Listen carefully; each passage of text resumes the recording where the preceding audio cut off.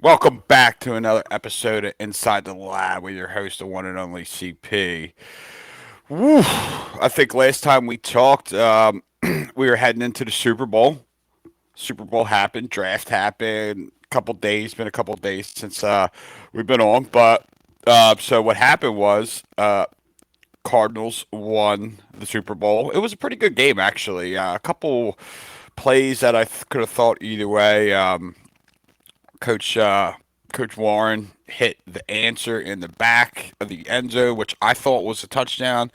Wasn't a touchdown. And then I don't know if he really could get his ground game going. Brian pretty much had the run stopped, and then Brian was just chucking the ball to the boys. And it was I mean, it was close at the end. I forget what the final was. I think eight. I think it was like 16-28 or something like that. It was a really, really good game. Which we thought, and then Brian, I mean, he's got to be up there in my opinion with the goat. I think he has to be. It's really hard to say. Maybe what we'll do here is in the next couple of days, I'll reach out to Taddy and I'll reach out to Brian, and we'll get them both on, and we can just have a full on discussion.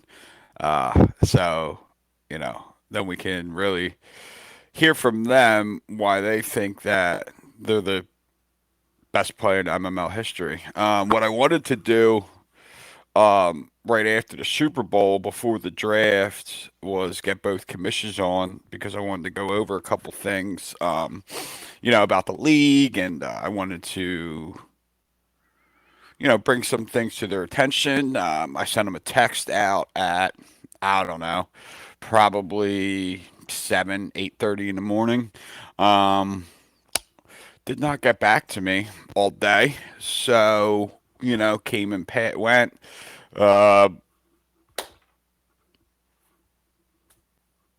Terrible communication, on their part. To be honest with you, you know what I mean?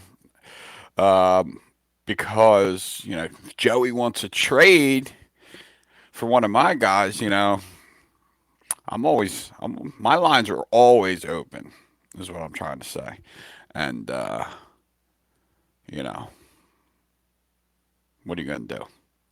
But we got a good episode today. We got Coach TJ Tornetta of the Jacksonville Jaguars. Not an original nine member, but a year one member. And we're going to get him on. We're going to, TJ's a very solid low end tier one, very high tier two player. I believe personally he should be in the top eight.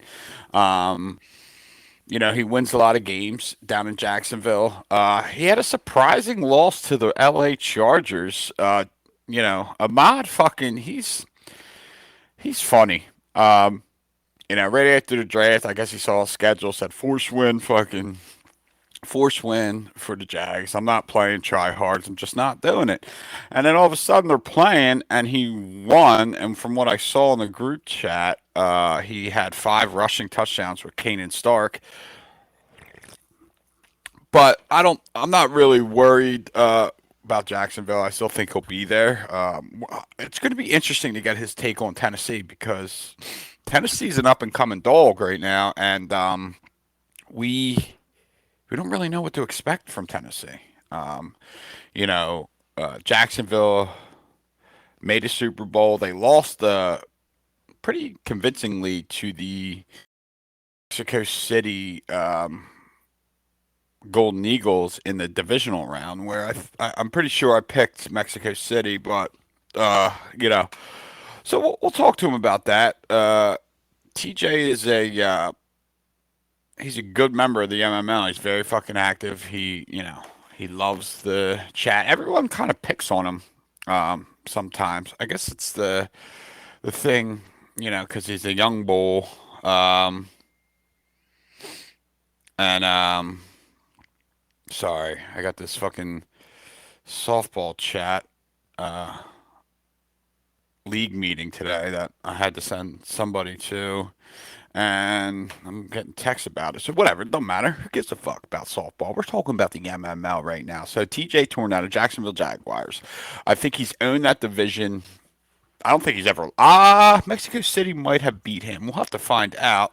But TJ was in the Minnesota Vikings, and then he took a year off, and then I don't know if he came back year two, part one, part two. I don't know. It'll be interesting to see. What also we really want to talk to him about is what is this rivalry he's got going on with the Buffalo Bills? Like, where did it stem from? Where did it start? The Bills don't never want to come on. He's another guy. He said he was taking a year off, and then all of a sudden he's beating a computer somebody. I mean, it wasn't the computer, but he beat somebody 62-12 or 14 or something. He got Patrick Surtain. Gets all happy. He's trying to move him to safety. I don't know if he read the rules, but he's not allowed to do that. So it'll be interesting to see what happens to him because the Jacksonville's a big. The Bills lost that playoff game to Tennessee, and Jacksonville was on them. And it's just funny how these rivalries happen, start, whatever. Also, not MML related. Welcome to fucking Philadelphia, James Harden. I mean, he absolutely balled last night, and it was so fun to watch. Especially like, I mean, I know the game wasn't really close in the second half, but the fourth quarter when you just see him taking them step back threes and just no hesitation. And a half court offense. It's just so much space. It was just very fun to watch. Tyrese Maxey. I mean, Joel had Embiid must have had the quietest 34-12 game I've ever seen. Like no, I mean I get it because it was Harden's debut or whatever, but I mean he had 34-12, and that was like another day at the office for Big Joe. It was fun. Such a fun. I was so fired up. I remember he scored his first basket, and I was like cheering that they won the fucking championship. My girlfriend was like, "What? What?" And I was like, "I really don't know. I'm just so happy that he's a fucking Sixer. I mean, how awesome is it to see James Harden in a fucking Sixers uniform? I mean, you couldn't. It's almost like undescribable, right? It's like you're just so fucking happy. Um, Anyways, so we're getting into it. I think we're in week two. A few games have been played. I know the Jets lost to the Broncos. The Rams won. I didn't write anything down. I was being lazy this morning. Playing a little GTA. So we're gonna fire this up. We're gonna get TJ in here, and we're gonna go. And we're gonna get at it. We're gonna fucking.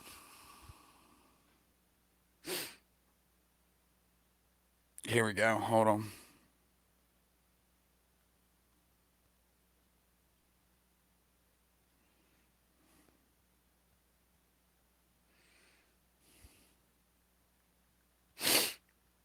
All right. Sorry about that.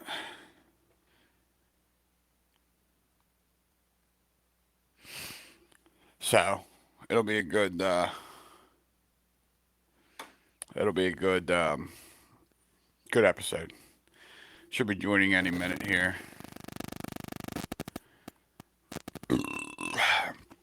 That was a good one. That was a good burp. You know, there he is. We got Coach Tornetta joining in. Coach, how we doing? What's going on? What's going on? How you doing, Chris? Ah, man, I can't complain. Nice little Saturday evening, afternoon, or morning, afternoon, talking MML. How you doing over Absolutely. there? Good, good. Just got back from the gym trying to figure out how to get a trade done with Miami. The guy's a disaster to talk to, Yo, but you real know, quick, he's the worst to trade with, right? So he hit me up uh, yesterday. He wanted like two round picks for like a D tackle, and I was like, all right. So I sent the trade, and I said, yo, trade sent, hmm. and then it's just crickets. I got nothing. Oh, it's trying to get a safety off of him. He told me like a replacement safety. It's sent. He can accept it when he's actually I feel about that. I think make it a first, and we got to do this every time. It's him and a kind. You get Yo, that deal in place. I promise you. yeah, Ahmad is the worst, bro. He had Hassan Riddick is on the block, and I was like, listen, I'll give you. He's like 34 years old.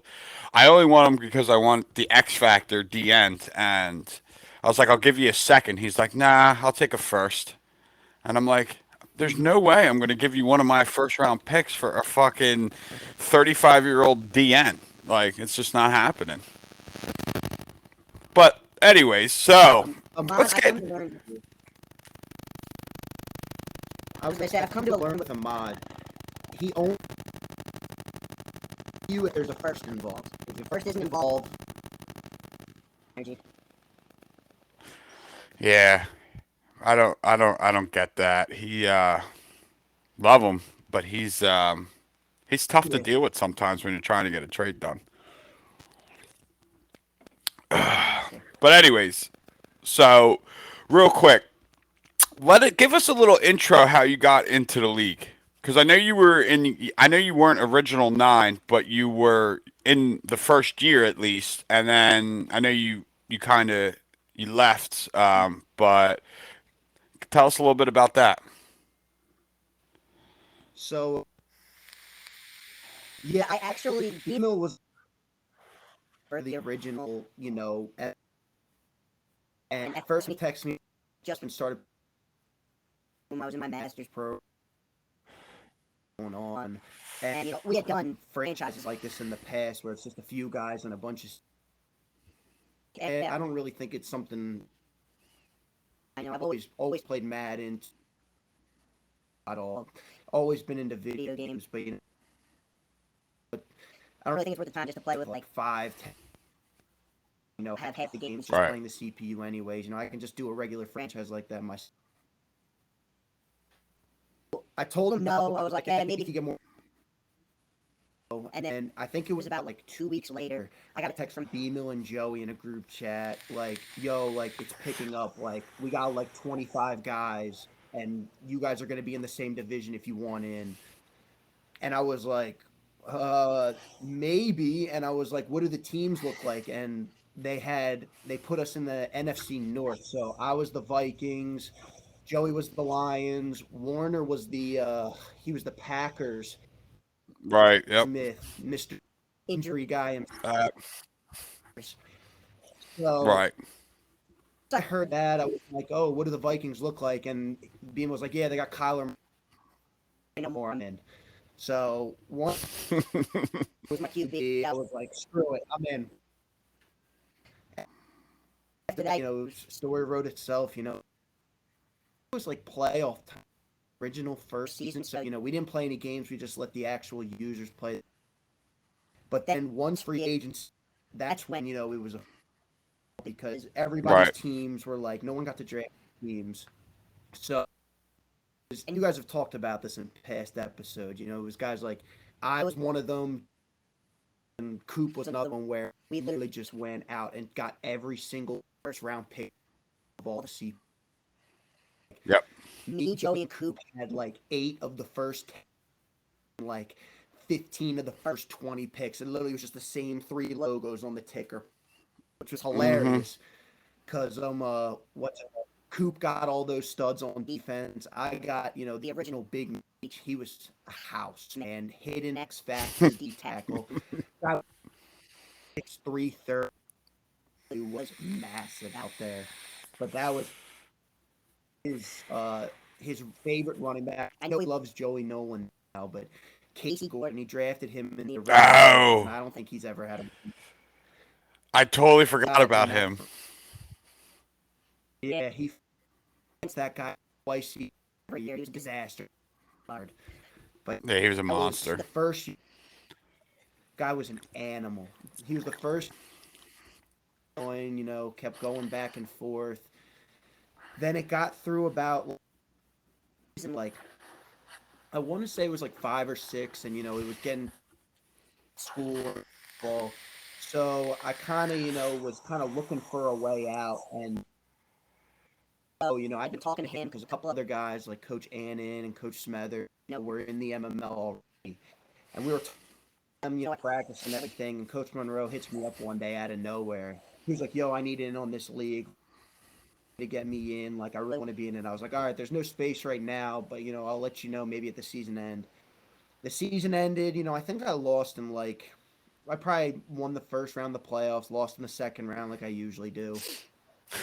And then I was like, you know what?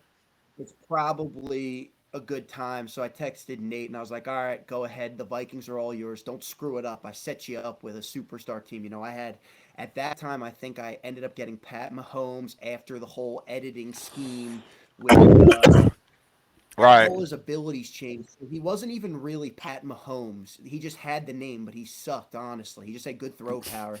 He didn't have a skateboard artist or any of the bazooka or anything like that. But he had Pat Mahomes. He had literally the best front seven I think the MML's ever seen. Every single person was an X Factor. I had like Devin Bush X Factor. I had Miles Jack X Factor. Jayon Brown, who Jeez. Ardman's trying to get rid of, X Factor. Big Meech. All those guys were all X Factor. Terrible secondary, which is why I kept losing. But I set him up. He said he loved it ever since, and he's been in the league ever since. But that's how kind of where it started. Then I think it was like MML. I think I to start, and then I ended up leaving again. After like a few seasons to a mob. Quits a few Yeah. games, leaves the league, comes back, leaves it again, comes back. Right. So, and he hot Atlanta theme. So once Right. I was thinking about leaving, like they're all yours, he took them. I took about a season and a half off in the Bills because I think that was Screech. I think Screech stormed off again. Yeah. So Yeah. You're right. it was something like the Bills, and then I think I was the Bills for maybe like 5 weeks. It was that snow day, the infamous snow day of 2019, where we got like 3 advances in one day, and then all of a Yep. sudden the next day the nuke happens, and I was like, all right, well, that lasted. So then we Right. did that. The nuke happened. We did new divisions and everything, and I got put in the same division as fucking Tuck and MJ. So that Mm. division was a lot of big egos in that Yep. division. Safe to say. Safe to say, but that was when the rivalry really started with MJ, was back in that division, and me and Tuck have like a good rivalry going too. He's notoriously beaten me, but these past few seasons I've gotten him good, so we kind of keep our beef on the low where we just text each Right. other. But me and him, man, everybody knows about our beef. Right. Right. So real quick. So all right. So that happened, and then we'll get into the beef in a minute here. But leading up Mhm. to going into Jacksonville, so you're all in. You're all in on the MML. Yeah. What was your mindset like drafting wise? Because you've assembled quite a team down there where you win a lot of games, you have a lot of division titles under your belt. Like what was your mindset going into that draft? Because this is technically, I guess it would be your second major like beginning draft because you didn't draft the Vikings, you didn't draft like the Bills or whatever. Then you got to draft whatever team that was when you were in the division with MJ. But this is like your first real like start of the season draft. What was your mindset going into that? So see, and they're looking for that X factor quarterback. So my mindset in every draft is get the best quarterback available at the youngest age. This year it was Joe Burrow. Guy was 24 years old. He was like an Right. 80 range, but I knew, a guy like you're going to be able. He's so I was actually Right. lined up. I had two other Wilson and I forget who the other guy picks before me. I thought I was get him. Thought it was going to be a steal. He snags him right out from under me. But I went. The quarterback is honestly the biggest thing. Guy that you to be there long term that you can play around. it's either one or the other. You know, they either do one of two things. They take the young guy that they're going to, the super old reliable guy like Tom Brady. Right. They're going to be able, know that eventually they're probably a high first round pick and maybe 10 to try and get a young QB in the draft. But QB is always priority number one. Whether it be a guy that you're going to develop or an older X factor who you're going to have. You're going to have some good years with them. And then after that, for me, realistically, it's defense is so hard to develop. You see it out there now. Everybody's looking for, ability DBs.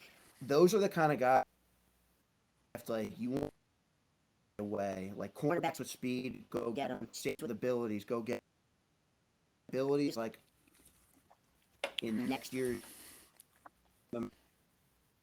you're gonna see a lot of D linemen go in the first round because everybody up a couple of guys on the line with abilities. Which honestly, it's Chase Young, Brian Burns, like those guys that already come out as X factors. Like they're in that.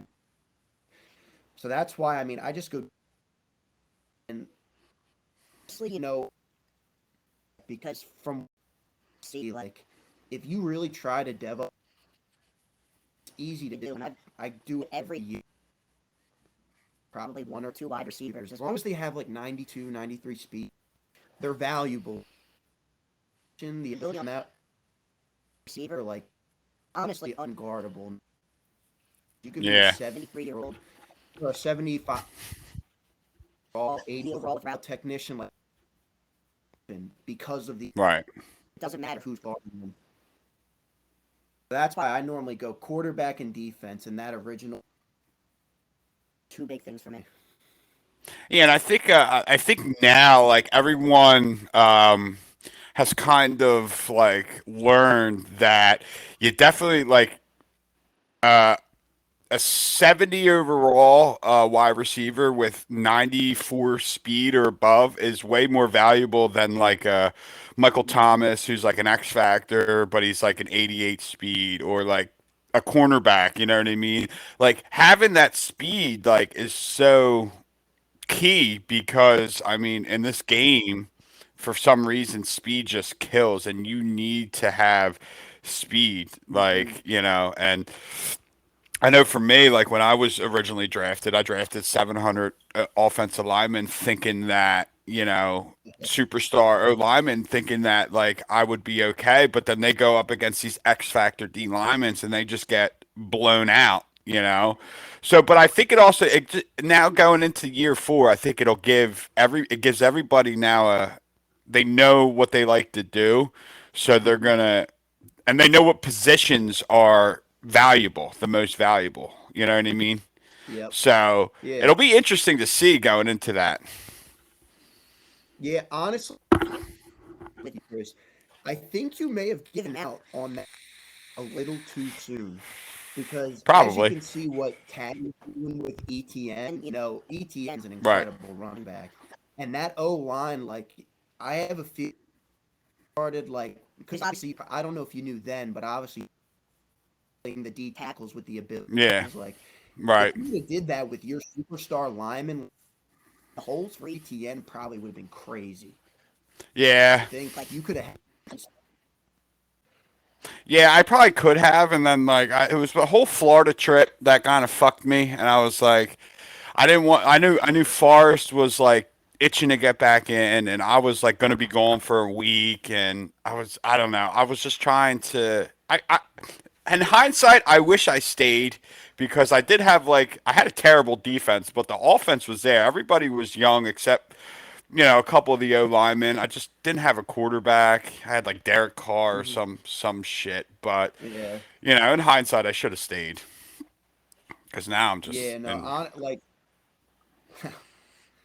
Hey, listen. I'll tell you what. It's especially starting over with a new team for you switching from Eagles to Jets. Like Hegs did a good job with that Jets team, but it was only right to switch a few of those guys back because yeah, obviously his team was like an 86, 87 overall, and I don't know what Hmm. yours was, but I know because I had to play Hags here, so I know he had a bunch of good guys on that team. Oh yeah, It's always tough switching a new team because you don't know who you got. You don't know how good they really are. Because like some of those guys that aren't ability guys, like they still play better than they are. Like hmm, Jaffe's Larry Cleary, like I don't know how he does it, but yeah, that guy just how always comes down with jump balls, and I need to find a guy like that because that's the kind of stuff that I think makes it really fun. It's not just a 95 speed wide receiver right, running past a 90 speed corner. Like I like seeing those wide receiver goes up and mosses 3 DBs. Like right, that kind of shit happens in the NFL. And obviously,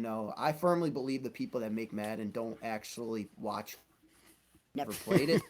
They just sit behind their computers and kind of like, oh, this is what it should look like. When in right, reality, like those guys with like 90 speed but like 99 jump as a wide receiver, like more valuable in the game. Like you said, Michael Thomas and Devontae Adams, you see what they do in real life. Like they're open 9 out of 10 mm, routes they run, but in Madden, they're open maybe 1 out of 10 routes they run. So I think Madden right. really needs to figure that out. So when question for you when the divisions came out this year and you seen that you had Rob, um, Monroe, and who Mhm. else? Who's the last person in your division? Smathers, he's the last one. The Colts. What was your feelings on that? Because in my opinion, I thought it was a pretty good division because I thought Smethers would be really like Smethers was good. I don't Mhm. know what happened to him. Rob's Yeah. hit or miss, and Nate's always good. But in my like you've seemed to run that division. I think you've won the division title every year except maybe two. And I think the one Yeah. year you were like, I'm not playing Tat. Like this last year, you're like, I'm not playing Tatty in the Yeah. first round, so I'm gonna just lose that game. Yeah. No, I mean, I honestly thought the same thing as you. Like good runs and pass and else. I was like, all right, he's gonna. I would beat him most of the time, but I knew he would be like, hey, he could catch me day and all of a sudden ruin the Right. season. Rob, honestly, when he I expected Rob to play 90% of the time, maybe show up and play games out of the season every year, be a disaster to schedule a game with, as he still is. It's either you got to play Yes. him at 1 a.m. or you got to fit it in like 1 hour window, in between like 5 and 6 o'clock. So, and although I will give credit to Rob, he's exceeded my expectations when it's come to playing his games, all of that. Like he's absolutely exceeded those expectations. But like you said, like I thought going into the battle between me and Monroe, back and forth, I honestly thought every season we'd probably split, and every season it would probably come down to week 17. Someone had to win the game, someone had to lose a game to get the division title. Because I mean, his Bengals team last year, they definitely underperformed, but a lot of people tend to forget that he won a Super Bowl back when he was the Niners. Right. So he's got the hardware that supports, his play.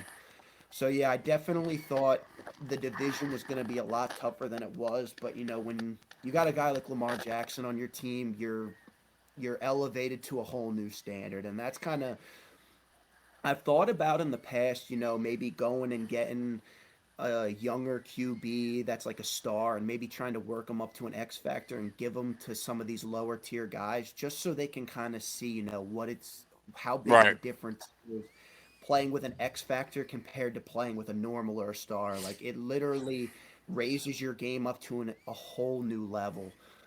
But I mean, I just never gotten around to it. Plus, I mean, playing with Lamar's so much fun. So Ah, it's got to be. It really oh, has. so much. I didn't even realize. I went back and looked at the roster today. He's got 98 speed. So like, if I really Does he wanted to, really? yeah. So if I really wanted to, 98 speed, 97 excel. So like, I'd almost be interested switching his position to wide receiver and seeing how he Oh my performs. god, dude. He would probably kill it. I would be interested to see how that would actually go, but the position change rules, can't Right. allow it. So, So real quick, what was your so you had Burrow and Monroe had fucking mhm, Lamar, right? I think yep, you got him from right? So how did that yep. go? Were you like So cuz Burrow was performing for you. because you got Yeah. him up to an X factor. So two big things kind of played into how that trade happened. For me, one, it was Joe Burrow's throw power. It's only an 89. So Okay. those deep balls that I wanted to throw, they were getting picked off every time. Like I Yeah. would try to do that deep post that B Mill and Tuck always do, Yep. but they had Josh Allen and Billy Stewart, who both had. Josh Allen's got 99 throw power. Billy Yeah. Stewart's got 95 or something like that. So they could easily. But Joe Burrow, he would throw it short every time and get picked off. So that played into me getting rid of Joe. But the reason he was willing to get rid of Lamar was because literally, I think it was like week 15 or 16. It was like to end a season. It was the season that Nate didn't make the playoffs. He had Lamar, and I think I knocked him out like of contention because I think I made Lamar fumble like 3 or 4 times that game, Mm, and he was getting sick of the fumbles because it had happened in earlier games. And I think to lose the game, like Lamar fumbled a couple of times. So after the game, I hit him up. I was like, "Yo, like, I know you got to be sick of those fumbles, right?" And he was like, "Lamar's really pissing me off." And I was like, "Yo, like, we could do a nice little QB swap. I'll toss in like an X factor wide receiver." And that's how he got Landry Clark off me too. okay. So I gave him Clark, I gave him Joe Burrow, and then I think I gave him like a second round pick or something because that was the same year too that Nate had 0 picks. I think he had like one third round Oh pick, yeah. I and did. he Yep. traded them all to Ahmad. So I think it was kind of like one of those situations where I was just in the right place at the right time. Right. Gave him an X Factor QB, gave him an X Factor wide receiver with like 94 speed, and then gave him a pick because for some reason he never has picks, but he always wants picks. So that always amazes me how he manages to do that. But yeah, so honestly, it was right place at right time. Well, yeah, because I mean, I like you were good with Burrow, and then you got Lamar, and then I feel like that elevated you to like Hmm. another level because like there's been talks that like you should be like in that top 8 echelon of you should be in like you probably don't want to because it'll be a lot of tough No, games every no, no, every no, no, no. and but I mean you've ran that division except for 1 or 2 years where you didn't win. I think you've made the playoffs every year. You've had a winning Mhm. record, winning season every year. Yep. So there's that talk when going into the the next year 4 of MML that you may slide into that top 8 territory. And there's been a lot Yeah. of talk. Rob put it out in the chat. He's top 5, which I think we all know he's not. Um, but then there Absolutely was not. but then there was MJ, and I was just saying before you hopped on, MJ had that good season last year, and then he said, "I'm definitely top 8," and then he loses to Rob. No, You know, those two. The reason you hear that is because they're the only ones that their mouths don't stop running in the group chat. I mean, they both are notorious for the if you get one message for them, you're getting seven from them. They're not going to stop at one. So the it was bound to happen. MJ finally, and he's constructed a good team over there. Got a lot of good players. Same with Robert. Don't know how Robert did it because I think for the yeah, first like 6 seasons, his average record was like 3-14. yeah, So I don't know it's how he was getting all these good guys, but they both done good jobs of constructing their teams. But I would put them both outside even the top 10. Robert's probably like a 16, 17, 18 guy now. MJ's probably like a 12, 13, 14, just because they're both kind of stuck in their ways, and I guys like Bengals and Caddy and Primo, they've all said it, you got to be able to adjust. And those kind of guys are one trick ponies who, once you figure out how to stop what they do, all of a sudden they're lost. yeah, You know, MJ, all you got to do is run cover one against him. And if you have even a couple corners that have one step ahead, like he's screwed. Like literally just pinch your line, cover one, have a good guy covering Kittle, and all of a sudden he's like, "What the hell am I supposed to do out here?" Because he sucks at defense, but his offense, he just falls forward with Jacobs, bubble screens with Brackett. So those kind of guys. you you hear what they say, but there's really no back to it because there's nothing really to show for it.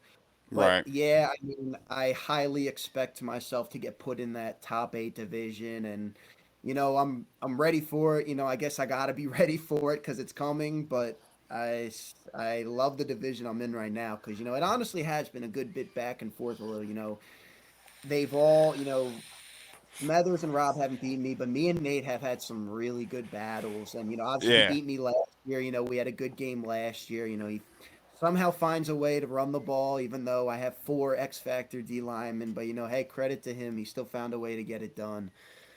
But yeah, I expect to be in that top eight.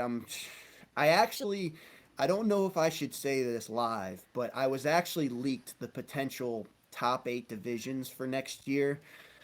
Don't know if I should leak it, but maybe it'll create a buzz. So apparently, there's potential for the two divisions. So division would be Joey, me, um, Taddy, and Jawan. I believe was the potential for one of the divisions, and then the other division was B Mill, Tuck, Bengals, and then either I think Joey said either maybe Coop or Yolando, but that was when Yolando was like at his peak and then he left, so it would probably be Coop.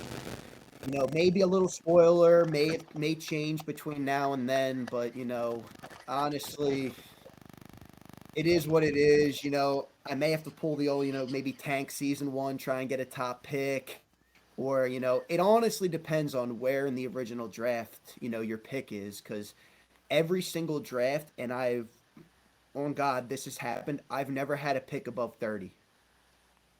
Every Really? single draft. Every No. single draft. I'm, I've given I'm you a telling few. Are you saying your own pick?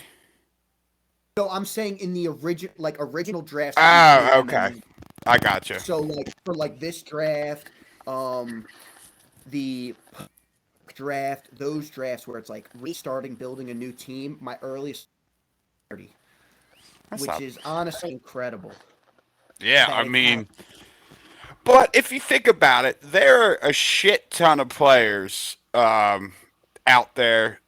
But you got to realize, so you get 30, right? But then you're going to get Mhm. 30, what is it, 36 on the way back because that's how they do it in the fantasy. So you get two in the matter of, what, five, six picks? Because you Yeah, almost want which to is be in the, no, I'm saying you almost want to be in like either like the beginning or the end. In oh the yeah. middle, dead smack in the Mhm. middle is awful. Oh, you're screwed. Yeah, Although this is look at it, so you're completely right. Like if you want to be a pick, you either want to be like one of the last three or one of the top five. I mean, personally, I would love to be in top five. right, That's why kind of when we talked about like, oh, how do I go about drafts? I get a quarterback and then defense. It's because I've always been late in the drafts, and I've always defensive guys are always higher up there when it comes to the wraps. So I always take them there. But low key, if you think about it, those draft nights are like 4, 5 hours long.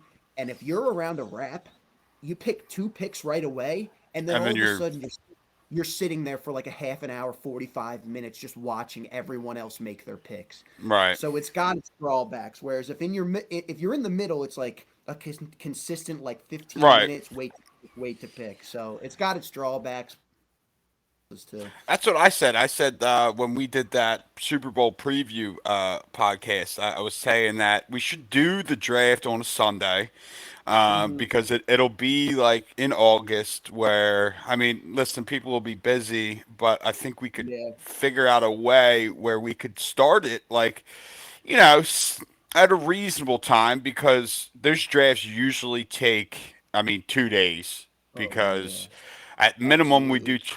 22 rounds to get like your starters in there. And then, but if we start at like seven, let's say you got 7, 8, 9, 10, you could go to possibly 11. And then day one, you bang out like a huge portion of it. That way, day two, it's not. I mean, listen, it'll still be long, but it's not as long. You know what I mean? This will be so. I completely agree what you're saying. I was almost thinking this. I'd say because you got to think that August, September time is normally when we draft. That's normally kind of like beach season is kind of, it's still up there, but it's kind of dying down a little Right. bit. So I would say even maybe go as far as, pick a Sunday, like literally a month in advance. Pick one Sunday, start the draft at like 4 on a Sunday, and then literally rattle off as many rounds as you possibly can. I would say if you could go from like 4 to 9 on a Sunday, you'd be able to rattle off probably close to 30 rounds. Oh yeah. 100%.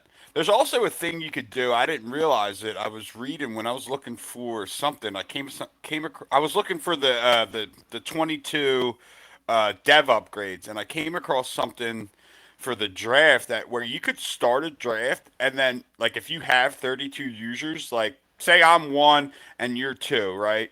I Hmm. would pick mine and say you were working and you got home at 4. You could hop on, make your Oh yeah. pick, and then it goes to somebody else. So we can like, I thought I didn't realize that, but that'd be a good way to like kind of, get it going a little bit. We kind of did that in the last draft actually. I don't know if you remember. We did like the first original night, and then I think it was the second night, or it was between the first and the second night during the day of the second day. Because what they do is Joey will pause the draft and they say, okay, we'll pick this back up at 7 p.m. tomorrow Right. night. But like, if you're up, like the draft's paused, but like you can still make your picks. So exactly what you said, like if we do like a heavy first night and then just have people, jump on, make your pick, all of that, like it definitely would smooth the process up better, and you could possibly get in more rounds because those kind of later rounds, people undervalue them in that original draft because those later rounds are the guys that come up in contracts in the first 2 years. And Hmm. those are the guys where like you're getting them for steals for like pennies on the dollar. So you sign those guys to like 7 year contracts and give them like $1 million a year. All of a sudden you got a guy $7 million you're paying him over a 7 year span. You turn him into an X factor after year one. All of a sudden you got the best contract in the MML right there. Well, So that was. you look at like Big Roy's contract. Um, where yeah, he's an X factor, but I feel like I mean I forget what the actual contract was, but he was getting them for fucking steal. And I don't. Do you know what goes into how they like determine Uh, those contracts? I think it's a combination of their overall and their development. It honestly, I think because Coop kind of mentioned this the other, maybe like a week or two ago or earlier in the MML, but he kind of mentioned how like before contract year, like if you throw like for a quarterback, for example, like I think he threw a ton of picks with Bobby Dickinson, and when it came time to contract time with Bobby Dickinson, he was getting like almost kind of like the same contract as Big Roy, where instead of going for like 250 mil like Lamar, he was only going for like 180. So I Right. think it's a combination of development trait overall, and then even like how they performed the year before. I think awards too have to have something into it Probably. because I didn't realize Madden keeps track of like Pro Bowls. Yeah, It, no, they like definitely do. They so keep track of that all has that. to yeah, so that has to go into account. Like if a guy makes a couple Pro Bowls or doesn't, like I think that's a Hmm. at least 10 or so mil. Whatever. But it'll be interesting to see how they determine that we're going to do it. But I just love how everyone's so locked in. You know what I mean? We're looking Oh, for three guys, I guess. But for year 6 or 7, we're in. I think it's 7, but everybody's been 28 of us. I say it every time. yep, 28 of us has been locked in yeah, since day one. You know? yeah.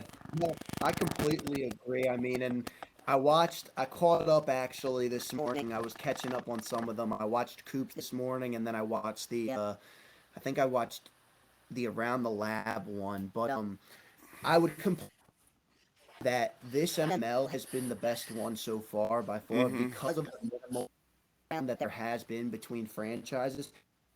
That's 100% due to how the divisions are set up. Like you see all of a sudden you're seeing guys in the playoffs that you would have never thought you would see before. You know, you got guys like Ahmad and Robert making them. You know, Chiefs making them. Like all Dale's consistently making it. Levi's made it a couple of times. Like it's all Right. these guys making it now. Like it's all these new guys that are like popping out of nowhere. It's like, oh shit, he actually made the playoffs, or it's like coming down to week 17 for them to make it. Like I think that's been really good for the league because I think everybody thinks now like, hey, I have a chance to make the playoffs.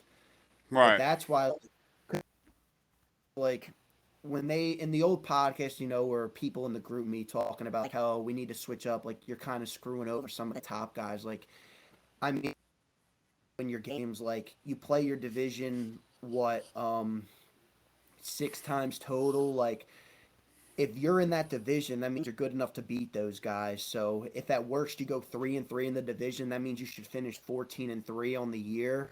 Right. All of a sudden, it's 14-3 should get you in the playoffs. So I think the divisions are how they should be and how they should be for the future too. I mean, you're giving those lower tier guys kind of chances to really, play for something. Like I think you said in the one podcast, like, shooting for division titles, like Right. that means so much more to like or to the top tier guys too than they let on. Because I mean, winning the division, that's saying you're the best in the division. You're getting that, possibly getting the one seed in the bye. I think the divisions are honestly great as they is. And I mean, if you're not making the playoffs, you didn't win enough games. Like you saw it for like all four teams in the NFC West Right. playoffs. So it's Right. possible to make the playoffs if you really win enough games. So I honestly love how they are, and I like this for as long as the MML. No, I agree. I think it gives the lower tier guys something to play for because we're like you said, like I said, we're shooting for division titles, and if we could get like a playoff win, like because this shit Yeah, happens. Like people have off days. Like you look at Rob. Like I don't think anyone expected Rob to beat MJ. What was that last season or two? Or yeah, and it was last season. yeah. So like no one expected that happen. And then what else happened when you went to the Super Bowl? Who lost? Taddy lost, I think, right? Or Taddy lost. Taddy oh, lost that's right. in the division round. That And then the underrated divisions too. But there you're you'll good. give guys too a chance to dev up their division because like if you split up, it's just going to be the good guys running their guys. But now that all lower tier guys are playing against, better chance for them to actually like have a chance. Because that's kind of why like it took Taddy to Taddy to get to a Super Bowl, tough to win a few playoff games. Weren't able to the QBs, but like lower guys were, so they were winning more games than them. So that's why I kind of like the divisions too. It makes it harder to dev up for the top tier. It makes them harder to dev up those guys, which is the Right. difference to me. Now, what is your take on now? Brian just won his third Super Bowl this franchise. Well, this year, I Mm-hmm. think he's got 8 or 9. Who do you think's the top dog? The goat. What's your order? Should I I say? It's hard. It's a so hard. It's really hard. it's tough. I like both these guys, so much. Hung out with Brian all the time. Or, Taddy. I played. Me and Taddy won a WRA championship together. I don't think I was a freshman. I think he was a junior.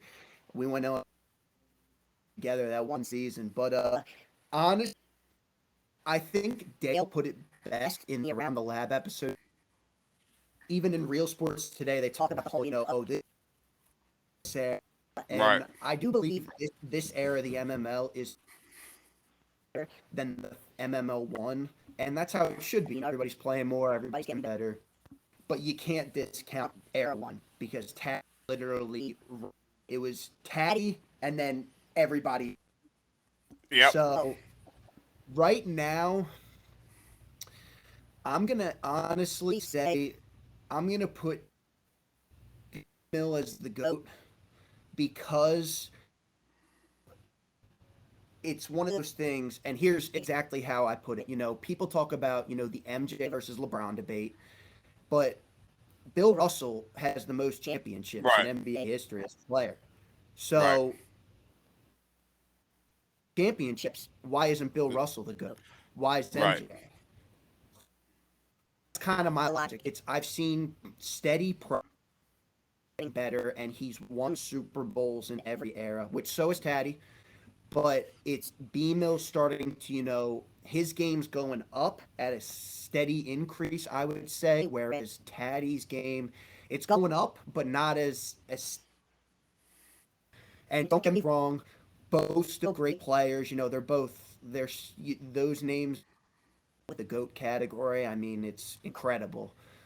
But I would give the nod to BMO because of his, steady increase in his play and his, he's consistently, either in the Super Bowl or in the NFC Championship game every year.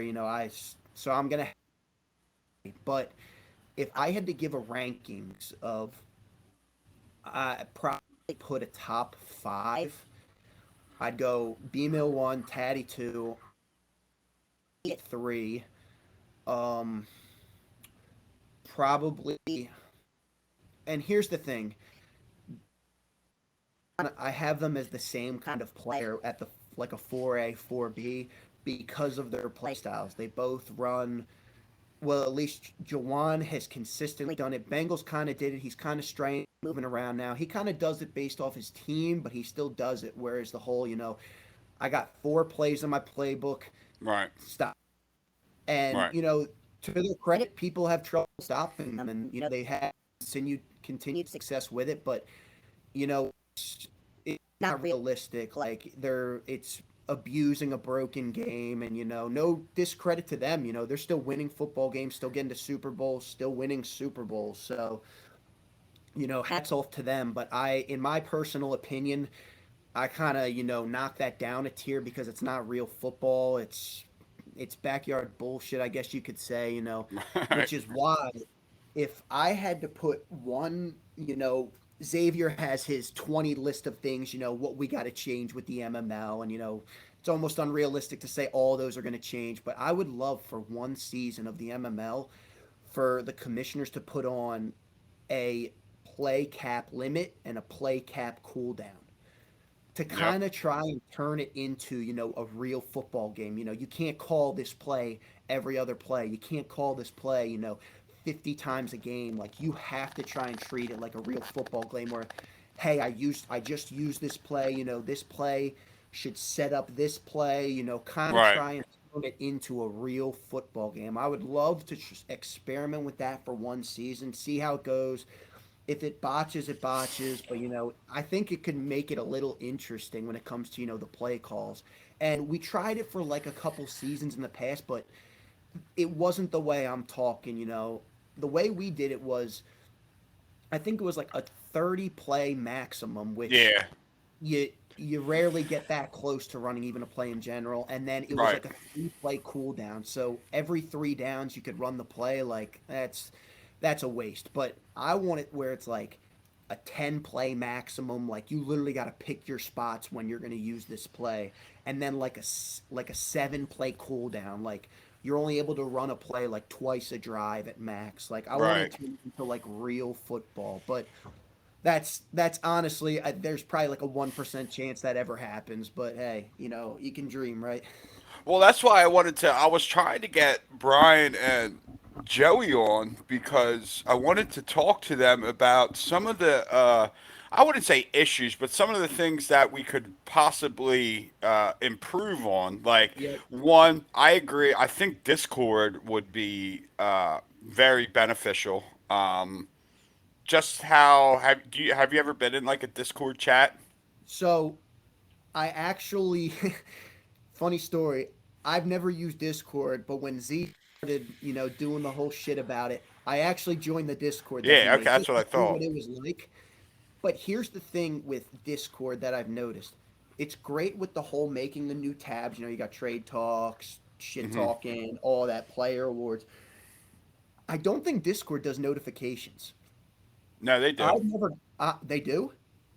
Because I'm in like a gambling Discord chat, Hmm. and you can like you can tag people and then you can like at everybody. So you know how like when Brian and Joey want to make like a Hmm. point, they literally have to go in there and like tag everyone. Yeah, yeah, yeah, So yeah. you could in Discord you can write at everyone and it'll Uh, yeah. So you that can would be really there's nice.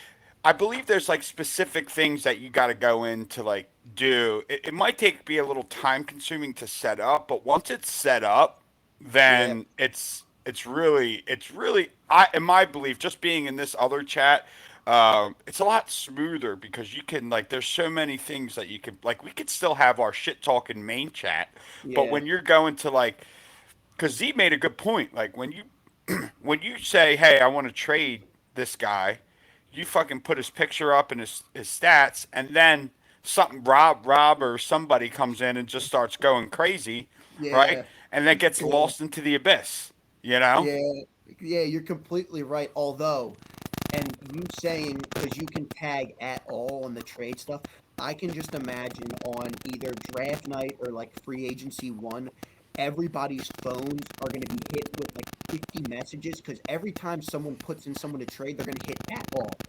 So literally, it's just going to be That's true. someone mentioned you, and you go in, it's literally just them putting up a picture of some 70 overall normal like Ahmad does every other day.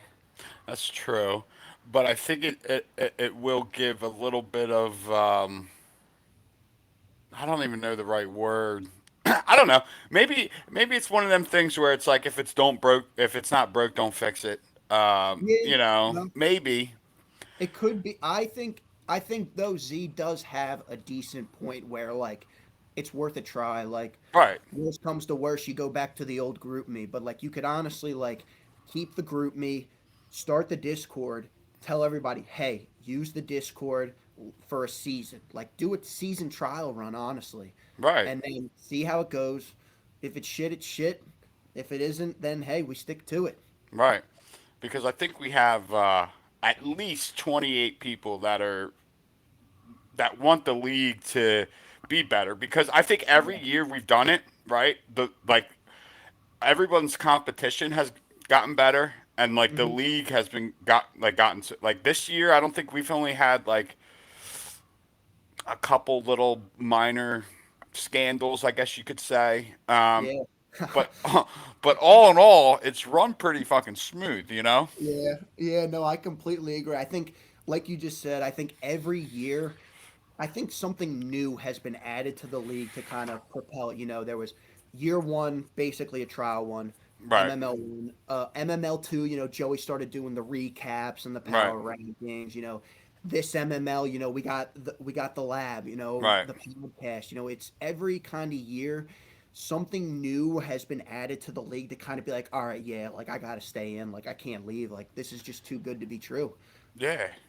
I mean, it's so much it's fun because I know for me and probably for you too, the chat is like one of the best parts. You Oh, know. it's amazing, and honestly, it's a combination of because I started a new job about a month ago, and it's a typical 9 to 5 Right. job. So I thought I was like, gosh, and I'm in the office 5 days a week. So I was like, shit, man, this is gonna games in. Like I think I may have to either go on auto for a season till I figure out how to, maneuver it, or I just may have to leave. And it was right around when the lab got started and everyone was going crazy and I was like, "Ah, fuck man, I gotta stay. Like I can't leave now. Like this it's getting too good right now. So, like you said, like we've always had at least this MML3. It's always been a good core, like 28 guys that have been and locked in. Right. Always in the chat. And honestly, it's been like I've been impressed with a lot of guys. Like in the past, like Robert, we talked about. He's been better. Forrest, he had a good going up until this season. But hey, I mean, Right. sometimes you just got to take a break. But yeah, he's been good all year. What's it called? We got the new Masio Buddha. He had his ups and downs in the past, but he looks like he's locked in now too. And he brought in his two buddies, Vikings and Patriots, and they've been great additions too. So I think Yes. right now, I think the league's in a great place right now with everyone, checking the chat. being responsive, as Z would say, communicate and compete. Right. He's been 100% right. Everyone's been, locked into it. So I'm really impressed it's gotten to this point. Yeah. No. And just like dude who works 9 to 5 type of job. I work like Yeah, 7:30 to like 4. Uh, yeah, I always try to. What I do is I'll just wait. Like I'll just stay up. I, it's a good and a bad thing, right? Because like if we advance at 9 and I can play my game right at 9:10, I'll play hmm it right away, be in bed by 10:30, and then that yeah, way I don't have to wait for like I don't have to like rush home and like because I got other shit going on. Like I can't just hmm like rush home and like get my game in. You know what I mean? So I yep, always try yeah, to play that night after we advance because you know how like you go to the gym, you got other shit you got to do. Like you're not playing yeah. right when you get home. You know what I mean? Oh yeah, I'm the same way. Like if I know who I'm playing, like, and at this point now, it's almost like everybody like awkward like encounters, or like I feel Right. like at this point, everyone in the league has a shot at each other at least once. Yeah. So 100%. everybody kind of knows like it's some people are harder to schedule with, and I'm getting harder just because like you said, like the whole like 9 to 5, the whole work schedule. But yeah, I try to do the same thing, like set up the game for right at advance, hope advance happens early, or I feel, but then it's like if I can't get it done then I'm literally like, all right, well, I get home at 6 o'clock. Hopefully you're good to play around then. Right. So But like, it's see, this also gives people like they know, right? So you can't yeah, play from during the day. Like you, yep, and like it's off limit. Like you can only play from a certain hour, and if you can't find that, it sucks. But it's like either a sim yeah, or whatever. You know what I mean? But people know, like that's why, like if people know your schedule, like you know, yeah. because honestly, like Oh, it's yeah. 32 guys, like who all work. Some work from home, some don't. So like, you got to be able to fit it in and find You got to be what times. flexible, Yeah, exactly, exactly. a little flexibility, So because listen, that no, go. What were you gonna say? I was just gonna say, and that's one of those things too. Like for guys like us, like exactly, like if you're gonna go to the gym like after work, like hey, if I like say like I'm messing you like hey I get home from work at 6 o'clock. You're like oh I'm going to the gym from 5:30 to 7. Well then I gotta be like all right well. I guess I either got to go to the gym right away or I got to Right. eat dinner right away. Like it's just one of those things where like you may have to maneuver a couple of things, but like Yeah. it's still possible. Like it's still Oh yeah. possible to get in one game in a 24-hour window. Because think about it. If you get home from the like you're working and you go to the gym right after work, right? And you get home, let's say 7 o'clock. You still have 2 hours to play a Hmm 45 minute, 50 Yep. minute game, right? Where you could potentially start at 8:30 and be like, "Yo, Bri, Joey, I'm playing at 8:30," and they're always good with that. It's like times like when you're like the whole MJ thing where he wanted everyone to wait, you know, like you can't that can't happen. Dis- Disaster. And they no, that I would say they've been good about that too. Like, hey, if you give them like at least like a 12-hour notice, hey, I'm busy all day. I'm getting home at like 9 o'clock. Like we're gonna play at 9:15. Is that all right? Like they've been good with it so far.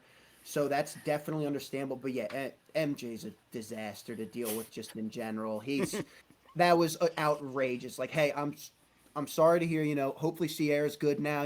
Hopefully it wasn't too bad of an injury. Hey, everyone's had their fair share of fall off a scooter, fall off a bike as a kid. Right. But for you to ask for a 3.5 hour, 3 hour delay because you wanted to run it up on the CPU, like Right. that's just That's not not. gonna happen. Like Nah, it's not gonna fly. take your force win, play the next game. Like I Right. mean, you know, it could be me just saying this because it wasn't us, it was him. But honestly, that's one of those things you kind of just got to bite the bullet and be like, shit, all right, whatever. I guess I'm missing this game. Yeah. I mean, listen. All If it his was, all his guys are already devved up anyways. What the hell does he care? it don't matter, right? He was gonna Yeah, win anyway. So, he's just well, trying to cry. yeah, exactly. If his voice is not heard, then he's not. He's not happy, I guess. Yeah, just like this season. Oh, I'm gonna be gone all season, so put me on Right. auto. Still scouting. All of a sudden, week one, who do I play? Who do I play? Man, Yeah. And he that's beat just him. MJ. It's MJ being MJ. You gotta come to terms with it and learn to love it, I guess. Tolerate it. That's the Yeah, word I like to use. tolerate it. Right. Yeah, Well, listen, I appreciate you taking the time out on a Saturday morning yeah. to hop You on too. here. You got No, you got any final words for the boys? um, I one credit to you. Keep it up. It's honestly like I said. It's taken the MML to a whole new level. Giving guys a chance to express their voice, express opinions. The chat's one thing, like you said. Voices get lost in there, but here, I mean, it's forever. So credit to you. Hats off. I appreciate, and we as a league appreciate everything you do. AFC's better than the NFC. Gonna say it right there. Not gonna double back on it. I don't care if B Mill won the championship. Fuck him. AFC's better. And hey, play your games, get your games, and relax in the off season. It doesn't need to be on an exact day. Although it should be on Sundays. Off season should always be on Sundays. Now that there's no NFL. I agree. But yeah, that's it from Jacksonville. Duval, go Jags. Have a good night. Have a good rest of your day, brother. Yeah, you too, bro. See ya. See There you have it. Another fantastic fucking episode of Inside the Lab. Listen, I love doing these things, man. It always like, in the beginning, it's like, man, how am I, what are we going to talk about for an hour? And then it like dawns on me, like when we're like 30 minutes through, because I try to keep it right at an hour. And then it dawns on me like 30 minutes through. I'm like, dude, we're going to go way past an hour. Like, it's so easy. If you haven't come on yet, come the fuck on. Trying to get Tennessee. I mean, I want Buffalo to come on, but I guess he might never come on. I don't fucking know. Who else? Maybe get Philadelphia. I don't know if he could make that work. I want to get the fucking commissioners on because I want to go over a couple things. I want to get Taddy and B Mill on at the same time because I want to talk to them about this fucking goat debate because, I mean, you're right. We cannot forget about what Nick Taddy did year one. Uh, you know, but B Mills on an incredible run here. If Nick wins another one here in the next couple seasons, then I mean, listen, he's probably still number one. But who knows? So I want to get both them guys on, and some of these other guys, like maybe the Vikings pop on. We gotta get the Raiders on. Who else? I want to get Miami on. That'd be fun. He'd be a fun one. Got to get Marcellus on. So come on, hit me up. Let's get this going, boys. Everyone have a good weekend. Stay safe. Enjoy yourself. Peace out.